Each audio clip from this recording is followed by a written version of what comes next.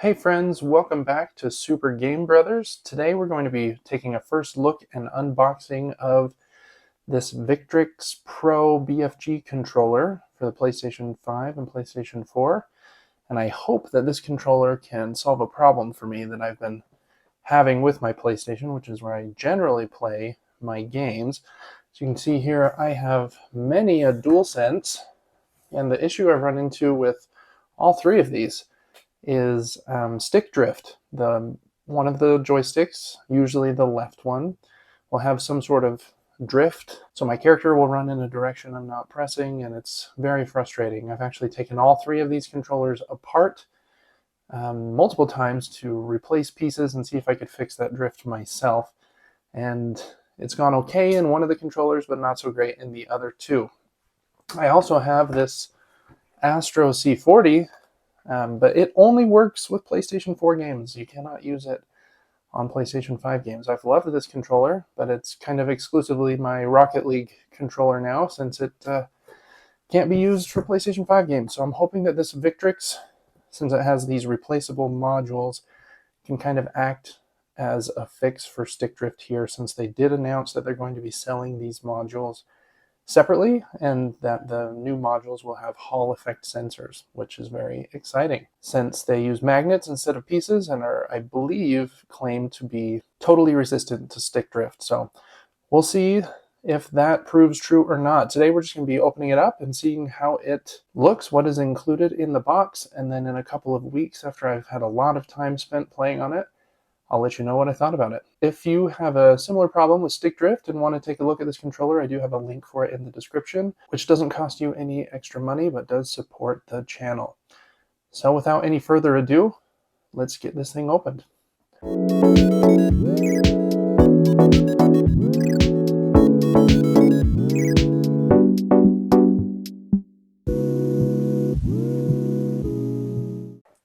All right, I already have the stickers off on the back. So let's just slide the top of the box off. And inside we have kind of a soft shell cover. It's a little firm, actually. It seems like it would protect it pretty well. And I'm guessing that everything is inside here. So let's look there a second, actually.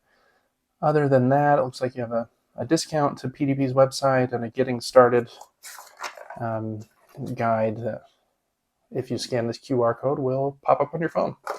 So that's everything that's in here. So let's take a focus here on this guy. Inside we have the controller first and foremost. Oh, and I had read some things online saying that it felt light, since one of the features they kind of ditched to make a focus on all of these competitive features, such as swapping modules and back triggers and trigger stops, is they actually ditched the vibration feature inside. So some people thought it felt too light, but I think it feels pretty good, actually. And the buttons seem clicky and nice. Yeah, I think I will really like how this feels, actually. That D-pad's very interesting. Well, anyways, let's take these off and keep looking inside and see what else is in here. First look at the controller. Let's set him aside for a moment. Inside here, we have what must be the USB-C cord. Cool kind of braided purple color. USB-A on one side, USB-C on the other. Then we have this little section with a bunch of different module pieces. Here's the wireless receiver. If you want to play wireless, one of the reasons I got this controller is it's supposed to have a pretty good battery life. I think about double or triple what a standard DualSense or the DualSense Edge has. We've got a couple of these different pieces that seem to go around the joystick in kind of a octagon shape instead of round. And then for fighting game fans, this is kind of the main event here. This is the fight pad, which we'll install in just a second to see how easy that is, but it will replace this right module to add, instead of 4 face buttons, 6 face buttons to make fighting games a little easier without having to focus on the triggers. Then here in the bottom, we have the screwdriver and a couple additional joystick pieces. This one appears to be really tall. The other one appears to be very short. Surprised that they didn't include two of each, but maybe people like to play with one of them shorter, and this one probably on the right stick for extra accuracy if you're playing a first-person shooter. And then last, but definitely not least for me, since I love retro and 2D games, are two different pieces for the D-pad. All right, let's move this case out of the way and open this up and see how easy it is to replace one of these modules. Let's put the fight pad in here in place of this one on the right. Just a couple of screws, it seems, and yeah, ta-da. Wow, very simple. It's nice. Those screws look like they have kind of locks, so the screws can't be lost. And then that one just kind of slots in there, and we'll tighten it up. Wow, it feels weird to have a button that low. I wonder if this can be reversed, but yeah, those are interesting. They very much click like a mouse button. I'm guessing that for timing for the button presses to be as quick as possible so the button has as little give or movement as possible. Well, that's really cool. Let's take a look at this D-pad. I maybe should have read the instructions on how to do this. I don't know if it just, oh, it does. It just pops off.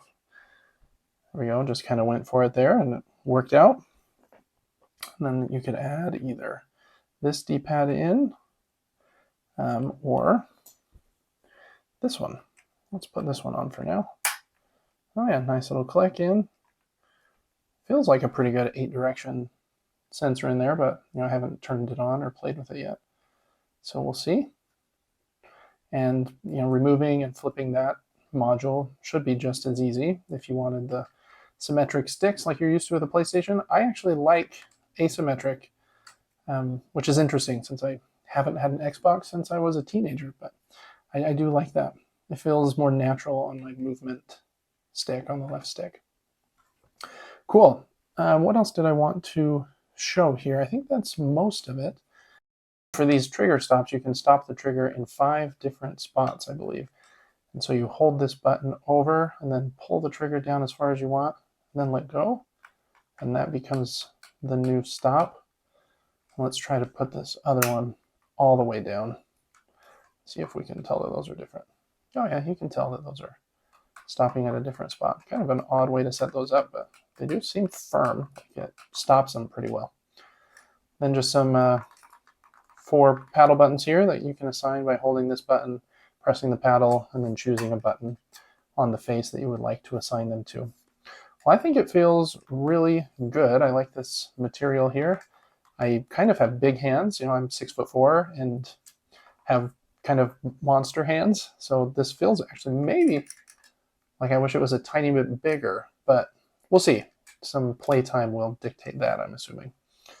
Well, I think this controller feels and looks really great, fresh out of the box. I'm going to get it plugged in and play some games with it, so look out for that coming here on the Super Game Brothers channel. Make sure to check out our weekly podcast where we talk about the board games and video games that we're playing, and thanks so much for stopping by Super Game Bros. Till next time.